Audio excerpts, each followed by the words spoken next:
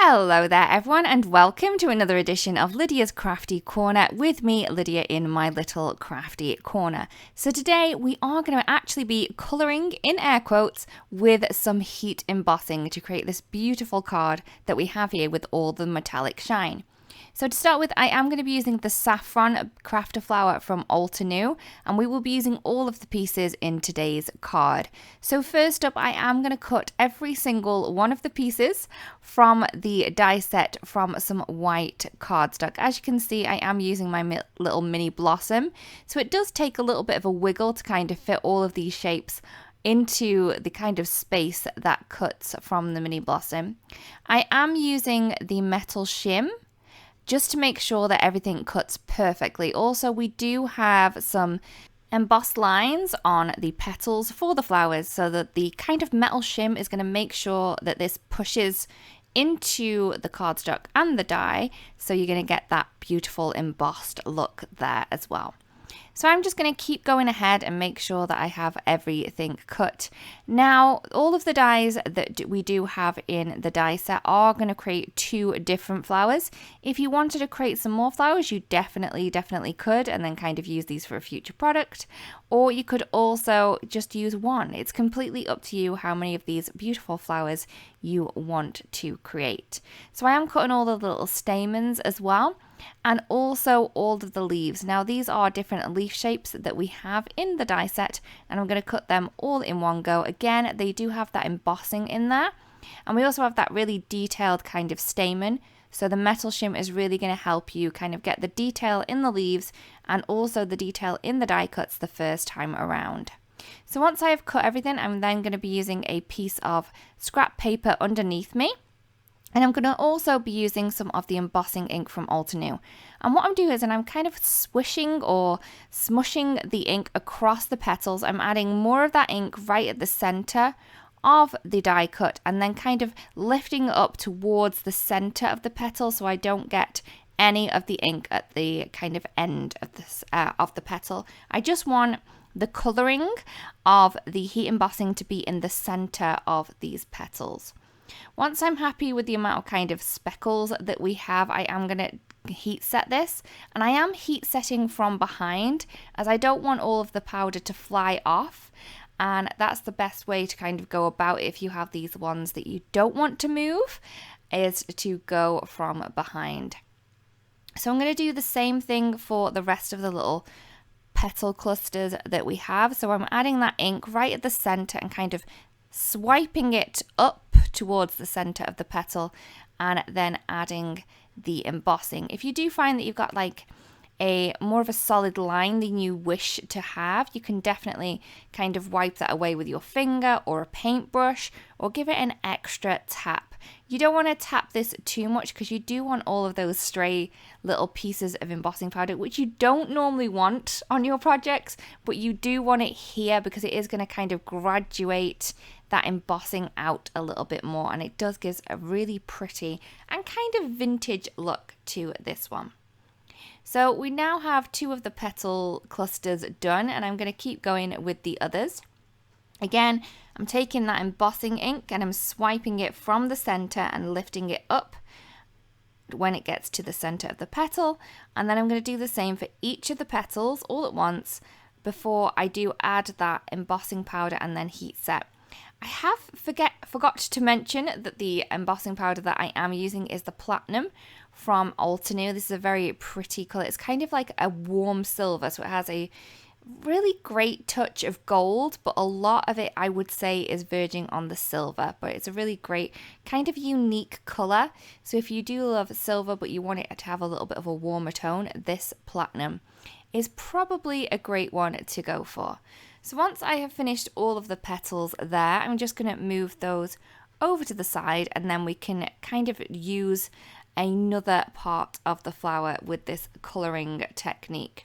So I'm going with the flower center. So these are the small little stamens that we have, the more kind of squat ones.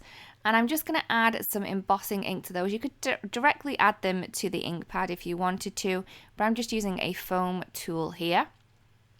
Once I have the embossing ink on those, I'm going to be using the rose gold embossing powder to color these in. As you can see, because it's kind of covering the whole of the area, I am using some tweezers to hold this because you will burn your fingers if you don't. This is the kind of thing that you do want the tweezers for.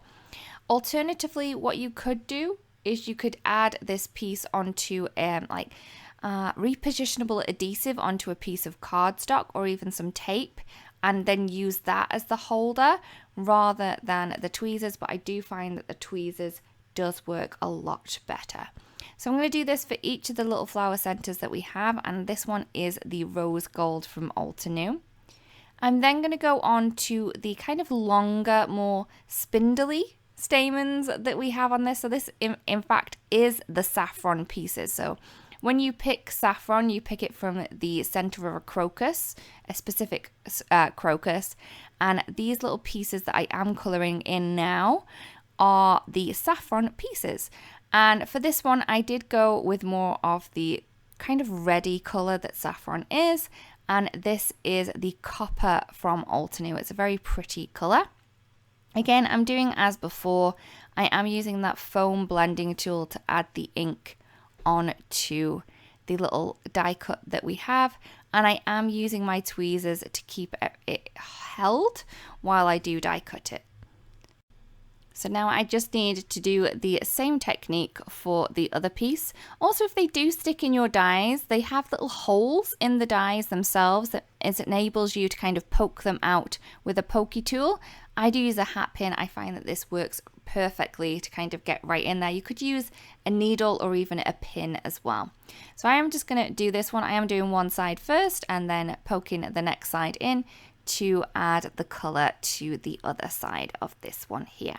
So once that has been done, I have kind of used all of my embossing powder that I'm going to use, and I'm going to use some of the beautiful antique gold for the rest of my pieces. Again, I'm using a foam blending tool. I find that this works really well with the kind of technique that I'm using. So instead of adding the ink all over the leaf, I'm just kind of spreading it across but lifting up towards the center, so we're getting a gradient look. We're just swiping it across like we did with the embossing ink on the flowers. I'm doing exactly the kind of same technique on the leaves, where I'm adding the pressure right at the tip and then I'm lifting it up towards the center, and I am going to do that on both sides of the leaves to add this beautiful tone that we have here. If you wanted to, you could definitely cut these out of some metallic cardstock, but this ink works perfectly for this technique as well. So once that has done, we can then move ahead and add the pieces on top of each other to create the flowers themselves. So for the petal pieces, what I'm going to do is I'm going to add a small piece of foam tape behind the second layer of the flower and then add that directly on top of the first one. So to tell the difference between each of these flowers, one has a little keyhole and the other one does have an arrow cut out in the center of the flower, and these are just going to line up to create that perfect kind of layered look with the petals. I'm also going to be adding on the little highlights for the flowers too. Now, we did cut these out of the white cardstock, but we didn't do anything to them because these are going to be the highlights. So all I'm going to do is I'm just going to stick them into place, and I am using the kind of guide off to the side of me just to make sure that I've got the right petal with the right small highlight. So I'm just going to go ahead with adding those in. I've also added in the little stamens. This time I am using some wet glue. I do find that adding these on top of kind of heat embossing can be a little bit tricky, and I find that the wet glue works the best for that one. And then I went ahead and added in that little half or the little curl petal on the top to cover everything up there. So once I've done the flower that's kind of more on the side, I'm going to go on to the flower which is more open. And again, we're just going to go and add the first layer on top of the second one, again with some foam tape, just lining up that little die cut piece in the center, adding the flower centers in, and then we're also going to add in the highlights. There's a lot of highlights on this one. Again, if they do stick in the dies, don't be scared to grab a little pin, or even the tweezers. The tweezers will fit in that little hole just to make sure that everything is released. These line up really, really well. They line up with like kind of tip of the petals to give that really great full look. It gives them a look that they have been curled as well. So it gives them a more natural look as well there. So once I have all of the pieces done and all of the flower centers are in place, those are the flowers complete, and we can move them over to the side and we can work on our little card base now. So I wanted to add a little bit of texture into the background, and I'm going to be using the Moroccan Tile 3D embossing folder. So I'm just going to open that up and I'm going to add a piece of cardstock in. Now this is white cardstock, and at the minute it's 4 1/4 by 5 1/2, and I'm just going to emboss that. I then decided I want it a little bit smaller, so I have gone around and I have trimmed 1/4 inch off each of the sides and also the top and bottom. So we're going to get that 1/4 inch around the outside, all sides, when we pop this onto a card base, which is 4 1/4 by 5 1/2. So here is my card base. I was then debating whether I want the embossing to be embossed or debossed, and I went for the debossed. I don't normally, but I thought it'd look really pretty on this one here. So all I'm going to do is I'm going to add some foam adhesive to add that onto the card base. I then wanted a little bit of splatter. This is the metallic watercolors from Altenew. I've just activated that with a little bit of water.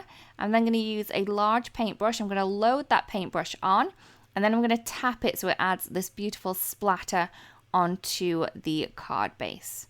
Once that is dry, we can then go ahead and add in the flowers and the leaves. For a little bit of more kind of interest and dimension, I am adding the flowers in using some of the foam tape from Altenew. So I'm just going to pop those 2 flowers into place. Once that has been done, I can then go ahead and then add in the leaves. I'm going to have my leaves nice and flat so we get that kind of really great depth and dimension where the flowers are kind of up towards us a little bit more and then the leaves are further away. And I'm just going to be using the glue tape from Altenew to pop these into position. I'm kind of alternating between the top and bottom where I'm popping these leaves, and I did add 6 of the leaves in. I'm trying to add more of the gold color towards the base or underneath the flowers, and then less of the gold on the leaves towards the ends. I'm then going to be using the Spark Joy Sweet Greetings add-on die set, and I'm going to be using the Hello sentiment. So the Hello has a Hello sentiment, and then it also has a shadow, and I'm going to be using both of these. Now I want to cut the sentiment itself, so the more detailed one, out of some cardstock that has some double-sided adhesive on the back of it, so we can kind of create a sticker with that one. But then the other one, which is the shadow, I do want to pop that up, so I didn't need adhesive on the back of that one. So I'm just going to add that onto some white cardstock, and then the one that's more detailed onto the one that we've added the double-sided adhesive sheet onto. So once that's done, we're then going to go ahead and we are going to die cut these. Again, I'm using that metal shim just to make sure that everything cuts the first time. Don't worry if it doesn't go all the way through the double-sided adhesive sheet. Just as long as it goes through the adhesive part rather than the backing, you're going to be good to go. So once I have that, I'm trying to kind of pop that out because I do want to color this in again.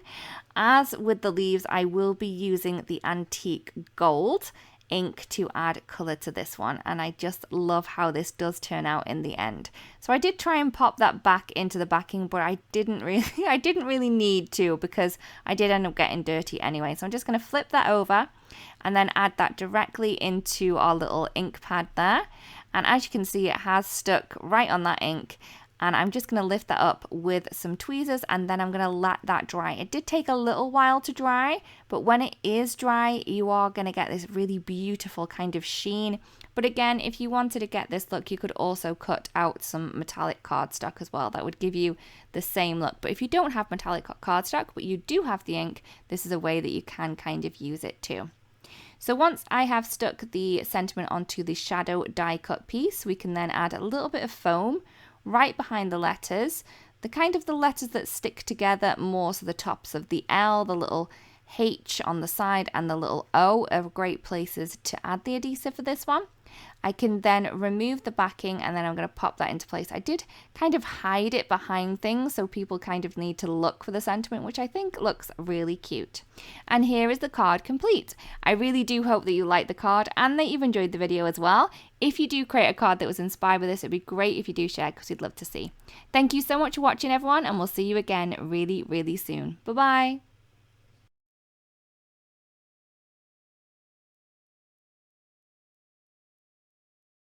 Hey there, Lydia here.